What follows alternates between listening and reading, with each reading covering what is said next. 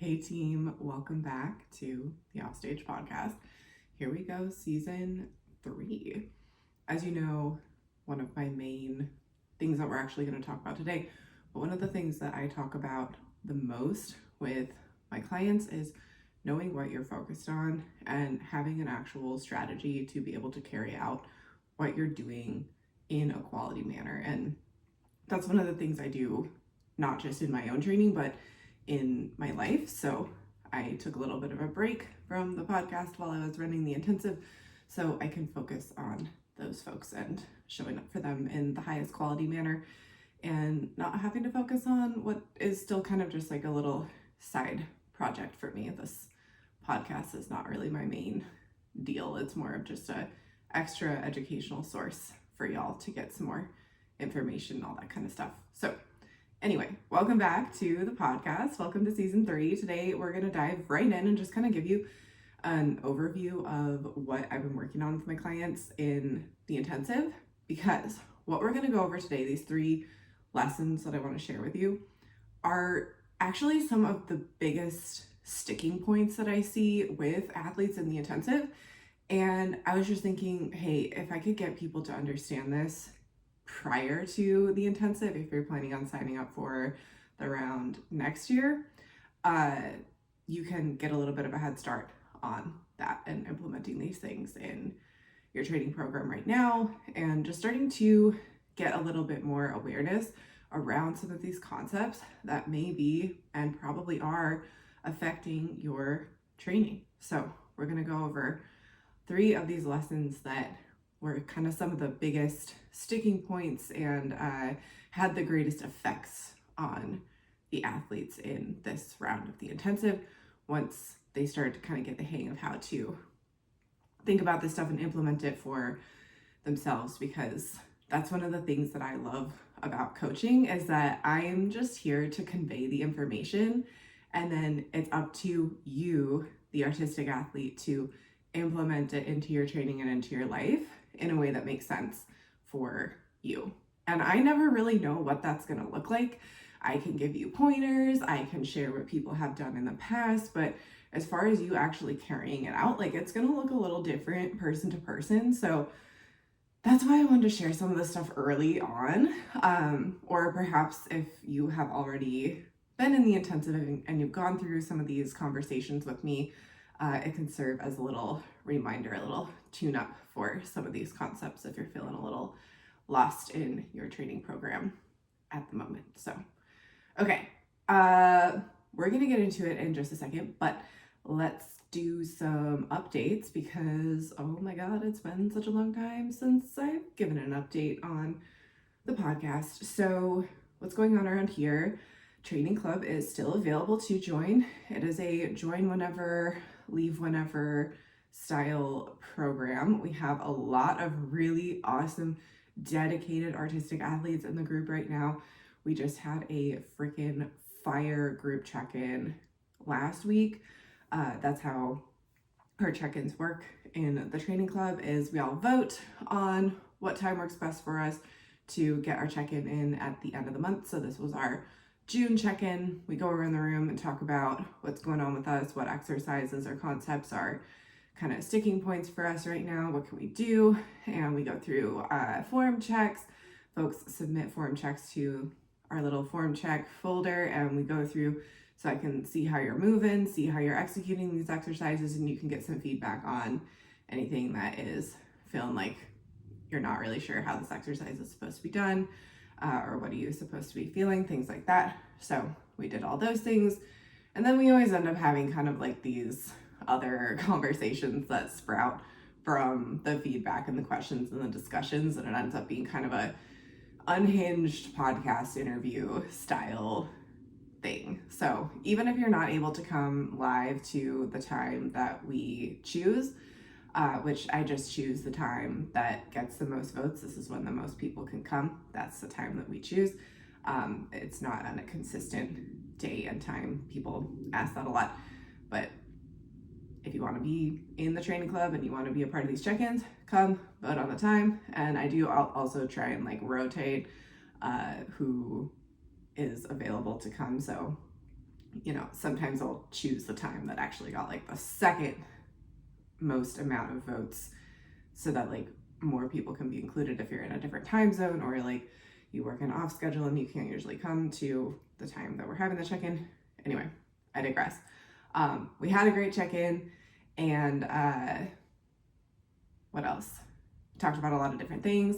Right now we are in our spine focused series, so we're focused on all things spinal strength and mobility, and a lot of this has to do with one, being able to move the spine, and two, being able to stabilize through the spine. So actually one of the things that we were talking about in that check-in with one of my clients who I was actually working with in intensive, and one of the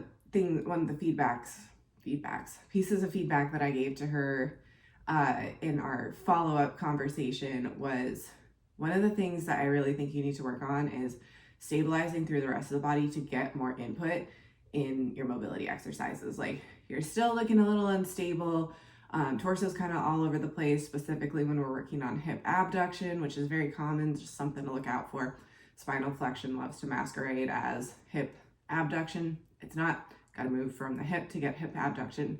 So this was one of the things that we were talking about. Just like, I would love to see you 1, 2, 3, 4 stabilize through those 4 corners of the torso in your hip mobility exercises so that they're more effective and you're more effectively targeting the actual hip abduction tissues, things of that nature. So that's one of the things that spinal mobility and stability can really help with, is resisting forces that might be trying to pull you out of alignment, pull you out of an effective tissue targeted exercise. So I said to her, I'll be very excited to see how your hip mobility is looking after the spinal series, which is seemingly kind of unrelated, right?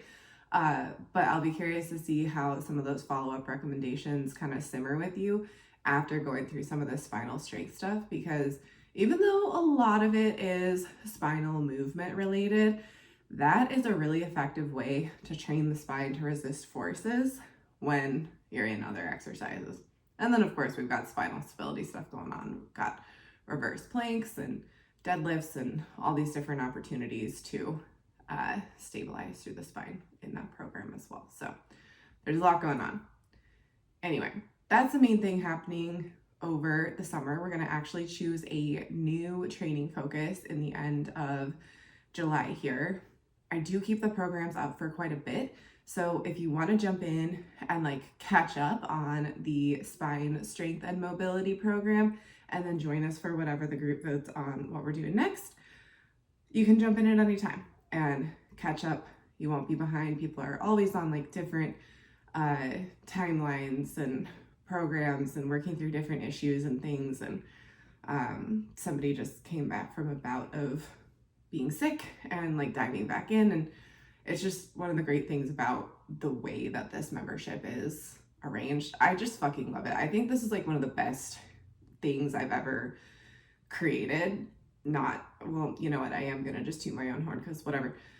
I just fucking love this thing, and it's just really great for people that need a little bit of flexibility, who want to work in this way with me but aren't necessarily ready for intensive for whatever reason, but mostly just because it allows you that flexibility in the programming. And you know what, you just don't always need to be on such a strict structured timeline for your training. There's a time and a place for that, and I think there's a lot of benefits, but the training club membership is a really great way to get that flexibility in. If you're like, you know what, I travel a lot, I would miss a class in the intensive, it's just not what I need right now, this is a really good alternative to that. So anyway, also just a little personal update. I am actually expecting a baby in December, which is always such a funny way to say that. We're expecting a baby, but it could be something else. You just never know. So anyway, I'm going to be sharing a little bit more about that on here and in internet land coming up here. Don't expect this to become a pregnancy training information outlet, because there are certainly a lot of people that can do that much better than me. I have worked with a lot of pregnant dancers, pregnant clients, things like that, and it is always just such an honor and a privilege to guide people through that portion of their lives. And it's really it's really illuminated to me how different each pregnancy is. So it's kind of been a cool little like experiment, like seeing how my body reacts to this stuff and what I'm able to still do, and like what feels helpful to me that like hasn't necessarily been helpful to my clients. And then I do have some overlap where it's like, oh, I remember when this client was experiencing this thing during their pregnancy. So anyway, more information to come about that. I really hope to share more of the journey just in terms of exposing a little bit more of my experience to be helpful to you if you think you might be somebody who might get pregnant in the future, or maybe you are pregnant right now. But really the best way that I think I can convey any sort of helpful information about this process is really just by like, again, exposing my experience with it. So more to come on that. Baby coming in December. We are super excited. And let's see what else. I think that's kind of it for now. Really just like training club and pregnancy vibes and coming down from the freaking roller coaster that is the intensive. So let's actually just dive right into these lessons from the intensive. So I'm going to go through these 3 lessons that were most pertinent in this round of the intensive. Lesson number 1, your training volume strategy matters. Lesson number 2, one bad week or bad training session is an outlier, not a pattern. Learn to zoom out. Training lesson number 3, sports-specific training is not complicated. I have so many books on sports-specific training, and let me tell you that just the simple adjustments that we make in the intensive are the ones that I have found to be most effective for making your program more pole and dance specific. So let's dive into some of the details on that first lesson. Your training volume matters. What is training volume? This is just how much you are training throughout the week. Like how many minutes, sets, hours, time. How much time are you spending getting stimulus to your body and nervous system? And I say body and nervous system because not all training is like tissue specific, right? Sometimes it's just strain on the nervous system primarily. Sometimes it's something really targeted like RDLs for glutes and external rotators. So we want to always be thinking about like, how much am I doing? And do I have an actual strategy for how often I'm training? This lesson is often learned in terms of commitment. And I think sometimes this word commitment gets warped in our world. And I certainly have been there. Like when I was a full-time instructor and performer, I was very committed to my shit. I would wake up early and like go to these conditioning classes at the gym at 6 a.m. Work my job. I worked like a front desk job at the gym, and then go to rehearse for competition or like whatever show I was in or whatever I was putting together at the studio, and then teach at night, and then wake up the next day and go to contortion class. And to me, I was like, oh, I'm really I'm dedicated. Like this is like what most of my schedule, like time in my schedule is carved out for. And yes, that piece of it is important, but here's what I was missing, is I was missing the part of committing to a training schedule where you learn that commitment is actually about saying no more than it is about saying yes. Because I was just saying yes to everything. Like I was like, yeah, of course I need to go to the strength and conditioning class at the gym. Like, of course I need that. Of course I need to go to contortion. Of course I need to go to rehearsal. But like looking back on it, it's like, you know what? I did not really need to go to that strength and conditioning class. At least not that soon, right? Like I could have spaced it out a little bit more, so I could have brought more of that yes energy to my rehearsals, which really should have been the priority. If you know me, you've probably heard my OG pole competition story where I was just so fried for that competition because I was just trying to do everything leading up to it and just like trying to I was just trying to cram everything in. And I just remember them announcing my name and me being like, oh my God, I'm so fucking tired. And I don't want that to happen to you. So something I want you to think about, a little takeaway from this episode is, what can I say no to so that I can bring more yes energy to the training sessions that are of utmost priority? And in the intensive, we take this 8-week deep dive into cross training where I encourage folks to back off. Encourage isn't the right word. I kind of make you back off on your pole and dance and studio time so that you can prioritize input that you're getting from these cross training sessions. And if this is your first time taking an off season, it is very challenging.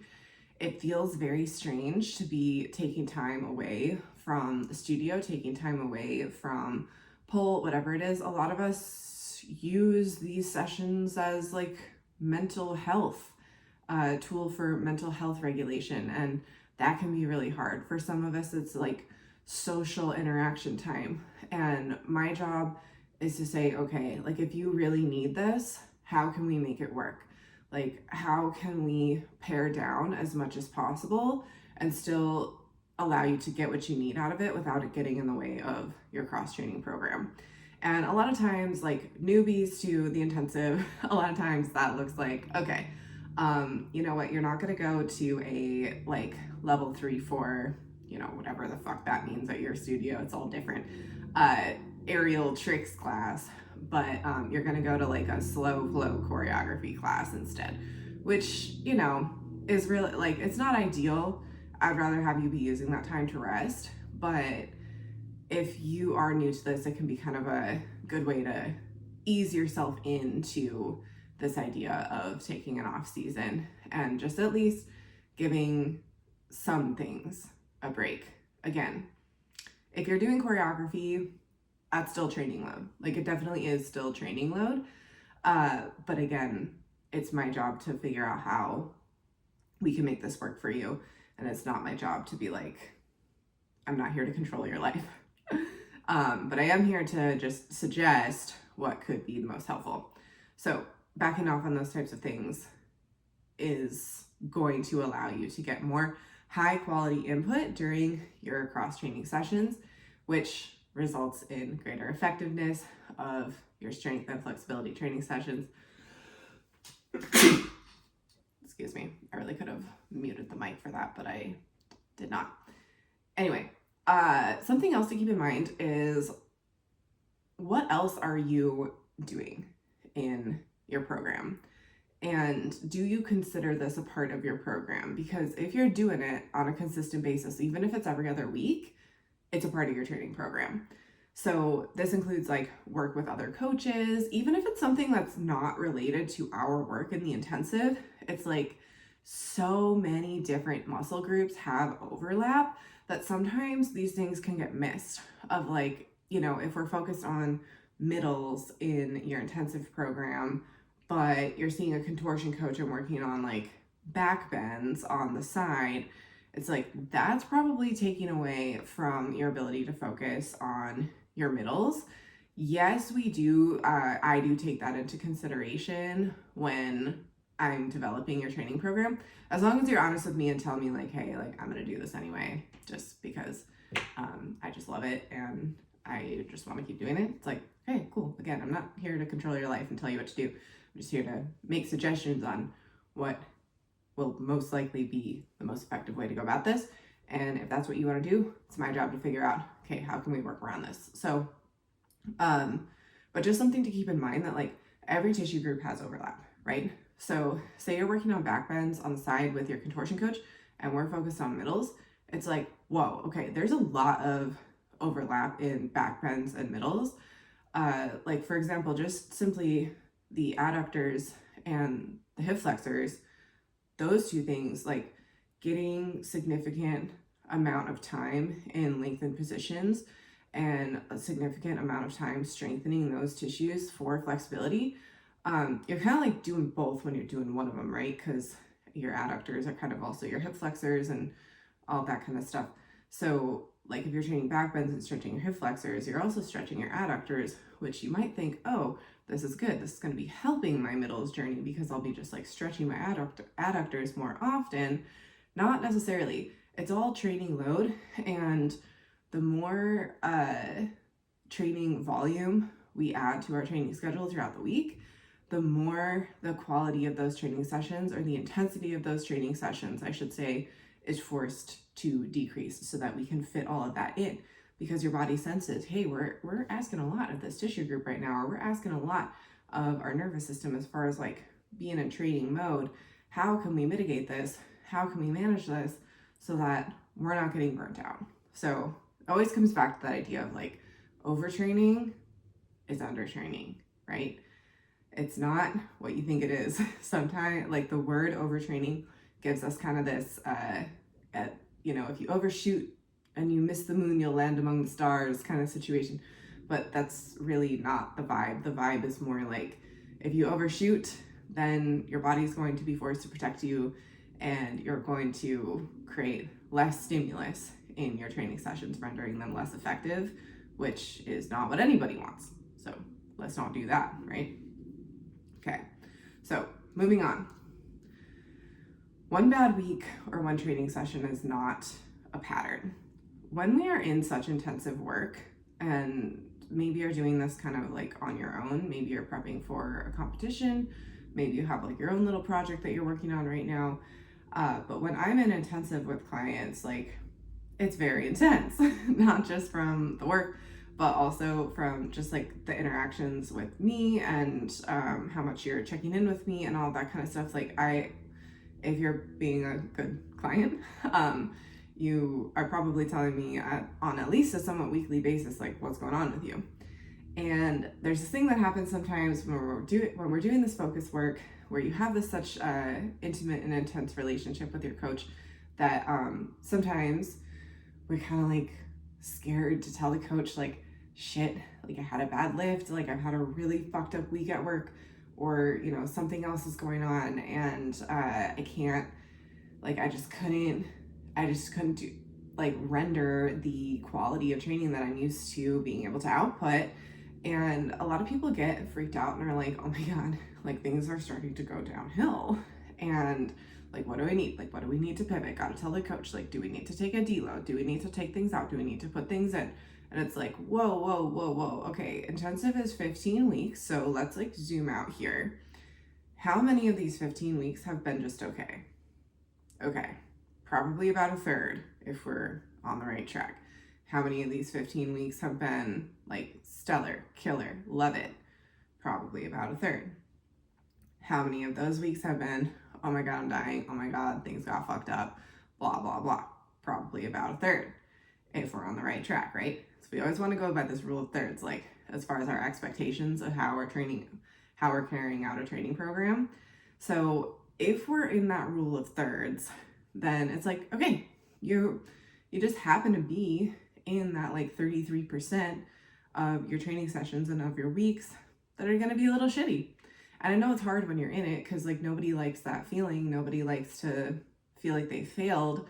But in reality, overall, if we zoom out, like we're probably right in line with expectations. So now if we zoom out and we look at how many of these training sessions or weeks are feeling a little shitty or like we failed, and it's more than that third, then we have an issue.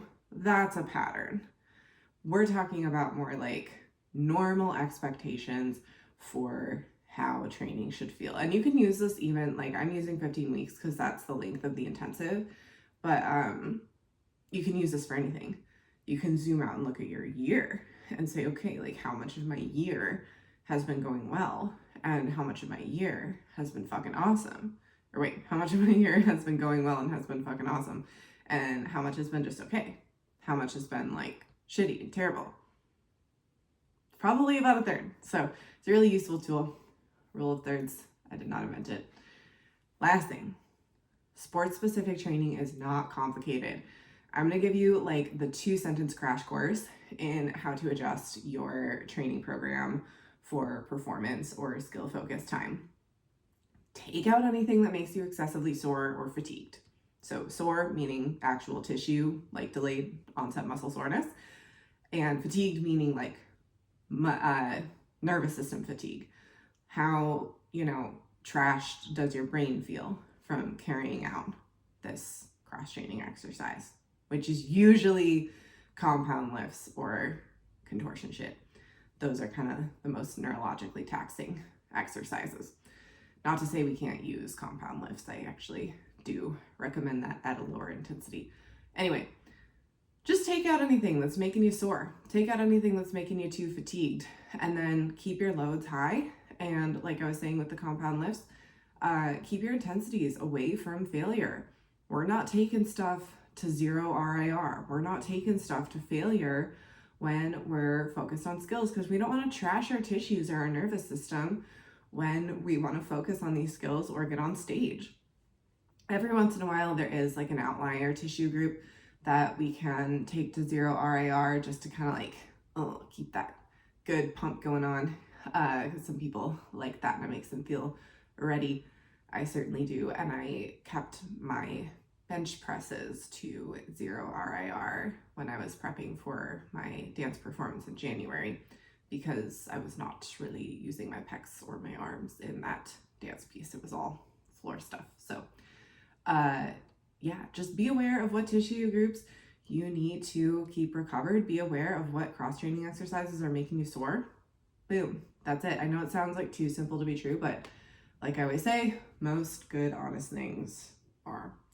So when you're in the skill focus phase, the job of cross-training is just to keep you ready, just to keep you strong. That's why we're not taking the load down, right? I know so many people get tempted to, when we get into these phases or when we're prepping to get on stage, it's like, okay, lightweight, low reps. That just makes the most sense. And I'm not saying you're stupid for thinking that. I've certainly thought that too, because it does make sense when you're thinking about it.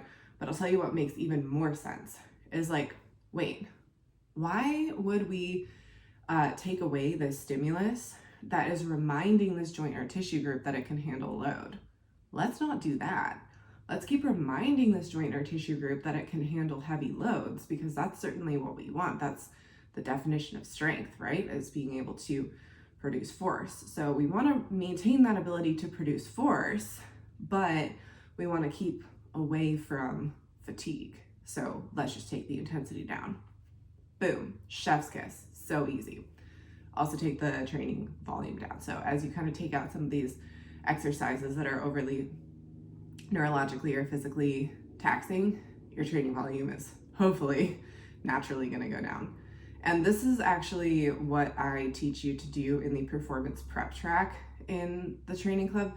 There's 4 like preset programs in the training club, and then the performance prep track teaches you how to adjust whatever training program you're doing for performance, as it would suggest. So, okay, y'all, that is it for today. I'm gonna leave you there.